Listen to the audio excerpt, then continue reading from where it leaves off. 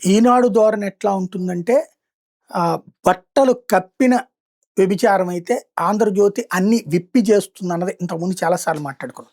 చూడండి, చంద్రబాబు గారు కేంద్రాన్ని నిధులు అడిగారు. పూర్వోదయ నిధులు ఇవ్వండి అన్నటువంటిది ఈనాడు రాసుకొచ్చింది. ఏ ఏ పథకాల కింద నిధులు అడిగారు అన్నటువంటిది. దాంతో పాటుగా రాష్ట్రం ఆదాయం బాగా పడిపోయింది. అంటే 4% పెరుగుదల ఉంది లాస్ట్ ఇయర్తో పోల్చుకుంటే. బట్ ఆశించింది చూస్తే చాలా వరకు నష్టం ఉంది అన్నటువంటి కోణాన్ని ప్రొజెక్ట్ చేసుకొచ్చింది. తద్వారా జాగ్రత్తగా పబ్లిక్ని కన్విన్స్ చేస్తుంది అనమాట.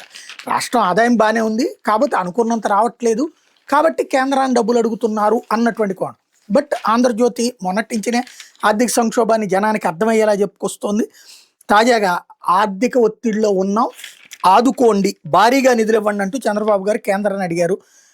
దాంట్లో భాగంగా ఆయన వివిధ అంశాలు ప్రస్తావించుకొచ్చారు. మంత్రులు కలిశారు. వీళ్ళందరినీ కూడా ఏది సాస్కి కింద 10,000 కోట్లు ఇవ్వండి, ఉద్యానవన హబ్కి 41,000 కోట్లు ఇవ్వండి, విద్యా, స్కిల్లు, వ్యవసాయం, ఎంఎస్ఎంఈ, హౌసింగు, రోడ్లకి పూర్వోదయ నిధులు ఇవ్వండి, ఇట్లాంటివన్నీ. అంటే కేంద్ర ప్రభుత్వ పథకాల డబ్బులు వరుసనే ఇస్తే అవన్నీ తను చేసినట్టు చెప్పడానికి ప్రయత్నిస్తున్నారు చంద్రబాబు గారు అన్నట్టు పరోక్షంగా ఆంధ్రజ్యోతి రాసుకొస్తుంది.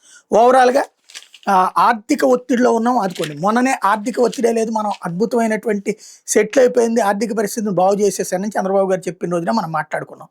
ఎక్కడ బాగుపడింది అన్నటువంటిది. ఇప్పుడు చూస్తే బాగు లేదని వీళ్ళే రాస్తారు. ఓ రోజును బాగుందని రాస్తారు, ఓ రోజు బాగోలేదని రాస్తారు, ఓ రోజు గత విధ్వంసం అంటారు, ఓ రోజు ఇవాల్టి విధ్వంసం అంటారు. ఎవరికి అర్థం కాకుండా కన్ఫ్యూజన్తో కొట్టేయడం అన్నటువంటిది వీళ్ళ తెలివితేటలో.